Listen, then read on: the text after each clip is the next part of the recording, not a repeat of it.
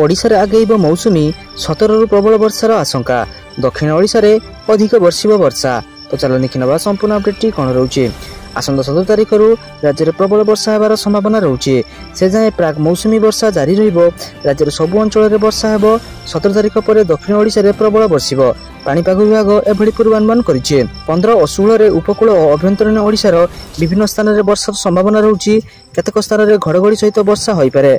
17 रु दक्षिण ओडिशा रे वर्षा बढ़िबो बोली पाणीपाग निर्देशक मनोरमा महांती कहिसंते। राज्य में मौसुमी अग्रसर पाई पाग अनुकूल रही। मौसुमी प्रभाव में अनेक स्थान में प्रबल वर्षा भाव बोली से कहिसंते। नयागढ़, कलाहांडी, रायगड़ा, कंधमाल, गंजाम, गजपति जिले में भारी वर्षा हेबो। 18 रे मयूरभंज, केन्दुझर, बालेश्वर और भद्रक जिलार विभिन्न स्थान में भारी वर्षा हेबार संभावना रही। पाणीपाग विशेषज्ञ प्रोफेसर सुरेंद्रनाथ पोषपालक पूर्वानुमान करी कहिसंती जे 17 व 18 रे राज्य में मौसुमी वर्षा हो पारे। तो चलो देखिए परवर्ती अपडेट कौन रही। 18 तारिख में खुलिबो स्कूल। प्रथम दिन मिलिबो मध्याह्न भोजन। तो चलो देखि नबा संपूर्ण अपडेट कौन रही।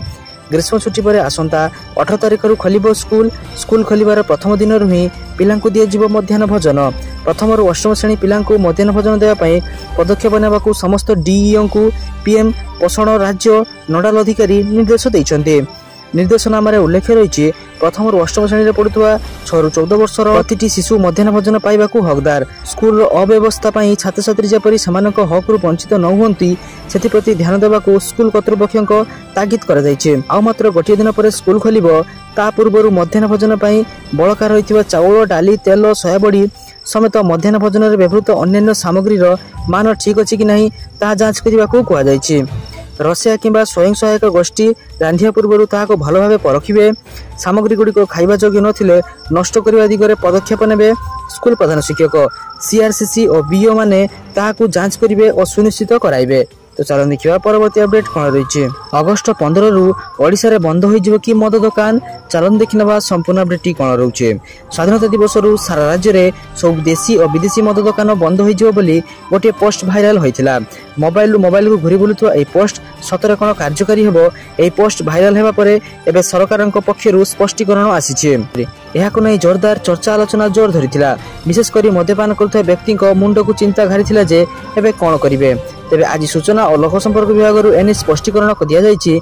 विभाग पक्षर कहुई जे सामाजिक गणमाध्यम प्रसारित होइतबा एबळी फेक न्यूज प्रति सावधान रुहंतु। सबु बेले सरकारी सूत्ररु प्रदत्त तथ्य उपरे गुरुत्व दियंतु। एभଳି मिथ्या गुजब प्रसारण रु निवृत्त रुहंतु। एहा बेआईन अटे। तो चलन देखिबा परवर्ती अपडेट कौन रही। नुआ सरकारक बड़ निष्पत्ति मिशन शक्ति योजना को नहीं आसिला नुआ अपडेट। तो चलन देखिनबा संपूर्ण अपडेट ठीक कौन रही। राज्य में मिशन शक्ति योजना को नहीं चर्चा आरंभ होउछि। ए योजना जारी रहिबो किंतु ना बदलिबो बोली आलोचना करा जाउछि। नुआ सरकार महिलांक पय उल्लेखनीय परिवर्तन करिवा नै प्रस्तुति हेउछन्ते। ओडिसा रे महिलांक पय सुभद्रा योजना लागू करिवाकू देइथिया प्रतिश्रुति को पूर्ण करिवाकू जाउछि बीजेपी सरकार। प्रथम कैबिनेट बैठक रे ए निष्पत्ति निया जाइथिबा बेले 100 दिन भितरे लागू करिवाकू प्रतिश्रुति दैछन्ति मुख्यमंत्री मोहन चरण माझी। महिला मानक सशक्ति पय आसंता 100 दिन मध्ये सुभद्रा योजना लागू करा जिवो। एही योजना रे महिला को 50,000 टंकार भाउचर प्रदान करा जिवो। एने संपूर्ण गाइडलाइन प्रस्तुत करिवाकू महिला और शिशु विकास विभाग को निर्देश दिया जायछि। वर्तमान मिशन शक्ति योजना रे किछि पॉइंट परिवर्तन करा जिवो बोली चिंता करछन्ती सरकार। ए योजना को संपूर्ण बंद करा न गले मध्ये राज्य रे महिला मानकर विकास पई किछि नुवा नियम आसी पारे। नुआ सरकार गठन हेले मिशन शक्ति पई नियोजित कर्मचारी बा कर्मी को स्थिति कौन रहिबो ता एबे संदेह घेरे रहुछि। अन्यपटे भाजपार लक्षपति दीदी सृष्टि करिवार प्रतिश्रुति को नहीं प्रति महिला को 50,000 टंकार भाउचर प्रदान करा जिवो बोली जणा पड़िछि। ते मिशन शक्ति को आहुरी सुदृढ़ करा जिवो ना विकल्प उपाय अवलंबन करा जिवो ताहाकु नै आलोचना करा जाउछि। तो चलो देखिया परवर्ती अपडेट कौन रही। एही तारिख रे चाषी को मिलिबो 2000 टंका। जानतु केउ कृषकों को मिलिबो आगो टंका। चलो देखिनबा संपूर्ण अपडेट कौन रही। प्रधानमंत्री किसान सम्मान निधिर 17तम किस्ती पई अपेक्षा कर रहितबा कोटी कोटी चाषी पई आसीछि एक बड़ खुशी खबर। प्रधानमंत्री नरेंद्र मोदी तांको संसदीय निर्वाचन मंडली वाराणसी रु देशर कोटी कोटी चाषी को प्रधानमंत्री किसान 17तम किस्ती उपहार देबाकू जाउछन्ते। जून 18 रे चाषी अकाउंट को 2000 टंका आसीबो। लगातार तृतीय थर पई केंद्र रे मोदी सरकार गठन परे प्रधानमंत्री नरेंद्र मोदी जून 18 रे प्रथम थर पई तांको संसदीय मंत्रिमंडल निर्वाचन मंडली वाराणसी गस्त करिवे। तांकर एक दुनिया गस्त समय रे प्रधानमंत्री वाराणसी रे कृषक सम्मेलन को संबोधित करिवे। विश्वर सर्वबृहत डीबीटी योजना जहाँ माध्यम कृषकों को वार्षिक 6000 टंका आर्थिक सहायता जोगाई दिया जाउछि। फेब्रुआरी 18 2024 रे केंद्र सरकार 16तम किस्ती रिलीज करथिले जेउथिरे योग्य चाषी को प्रत्येक 2000 टंका लखाए किस्ती प्रदान करा जायथिला। पीएम किसान सम्मान निधिर 17तम किस्ती पाइबाकू चाहुचंती तेबे आपनको ई-केवाईसी को ठीक समय रे समाप्त करिबाकू पड़िबो। पीएम किसान लाभ तेबे जाय आपण माने प्राप्त करि परिबे। एथिपई कृषक माने पीएम किसान रो मोबाइल ऐप माध्यम रे फेस प्रमाणीकरण माध्यम रे ई-केवाईसी मध्ये कराई परिबे। नचेत निकटस्थ सीएससी बा जनसेवा केंद्र को जाई एहार कार्य को संपूर्ण करि परिबे। चलो देखिया परवर्ती अपडेट कोन रहिछि। ताती पई बढ़िला खरा छुट्टी अवधि जून 28 पर्यंत बंद रहिबो स्कूल। तो चलो देखिनबा संपूर्ण अपडेट कोन रहिछि।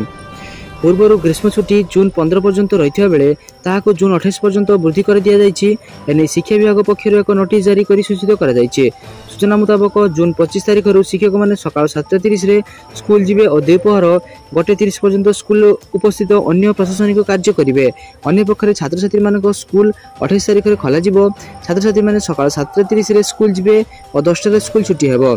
जुलाई मास पहिला ठारू स्कूल सकाळ 7:30 रु आरंभ होई दोपहर 1:30 पर्यंत चलियो बोली कुआ जायछि। तबे एही छुट्टी केवल उत्तर प्रदेश राज्य रे थिबा समस्त विद्यालय पई। उत्तर प्रदेश राज्य रे एबे प्रबल ग्रीष्म प्रभाव अनुभूत होइथिबारु याको दृष्टि रखी छुट्टीर अवधि को वृद्धि करा जायछि। चलो देखिया परवर्ती अपडेट कोन रहिछि। बड़ अपडेट एही तारिख रे मिलिबो मागणा राशन। तो चलो देखिनबा संपूर्ण अपडेट कोन रहिछि। एहा मध्ये रे गरीब श्रेणी रो लोकन को पई सरकार एक खुशी खबर दैछंती। मागणा राशन बंटन पई तारीख घोषणा करछंती सरकार। एतर होली पूर्वरु राशन बंटन आरंभ हो बोली जना पड़िछि। अर्थात 15 तारिख रु राशन बंटन आरंभ होई होली परे 29 पर्यंत राशन वितरण जारी रहिबो। एही मासरे अंतर्देय कार्डधारी माने रिहाती मूल्य रे चाउल गहम सह 3 किलोग्राम चीनी पाई परिबे। चाउल गहम सह बाजरा मध्य कार्डधारी मानकु जोगाई दिया जिवो। एही क्रम रे राशन कार्डधारी हिताधिकारी को 1 किलोग्राम गहम 3 किलोग्राम चाउल एवं 1 किलोग्राम बाजरा मागणा रे बंटन करा जिवो। सेपटे अंतर्देय कार्डधारी को 14 किलोग्राम गहम 14 किलोग्राम चाउल एवं 7 किलोग्राम बाजरा बंटन करा जिवो। एही मासरे अंतर्देय कार्डधारी माने जनवरी फेब्रुआरी एवं मार्च मास पई रिहाती मूल्य रे चीनी पाई परिबे। साधारण राशन कार्डधारी मानकु चीनी किलोग्राम पिछा 18 टंका हार रे 54 टंका देबाकू पड़िबो। ता सहित हिताधिकारी मानकु एथर कार्डधारी को डीलरंग ठारू राशन पाइबा पई घरु बैग आनिबाकू पड़िबो नाही। सरकारक निर्देश परे वर्तमान मोदी को ग्यारंटी बैग जिल्लार प्रत्येक राशन दुकान रे योग्य हिताधिकारी को बंटन करा जिवो। कोरोना काल रे लोकमानकु मागणा राशन बंटन आरंभ करथिले केंद्र सरकार। एही क्रम रे एपर्यंत एही योजना लागू रहउछि। फल रे देश रे 80 कोटी जनता को एहार लाभ मिलि पारुछि। राशन कार्डधारी को मागणा रे राशन जगाई देउछंती केंद्र सरकार। तो सारा दिन एबरे बछा बछा एवं गुरुत्वपूर्ण खबर जानिया पई आम चैनल को सब्सक्राइब करंतु। तो सारा दिन एबरे बछा बछा एवं गुरुत्वपूर्ण खबर जानिया पई आम चैनल को सब्सक्राइब कर रखंतु एवं आ वीडियो को लाइक कर दियंतु। धन्यवाद।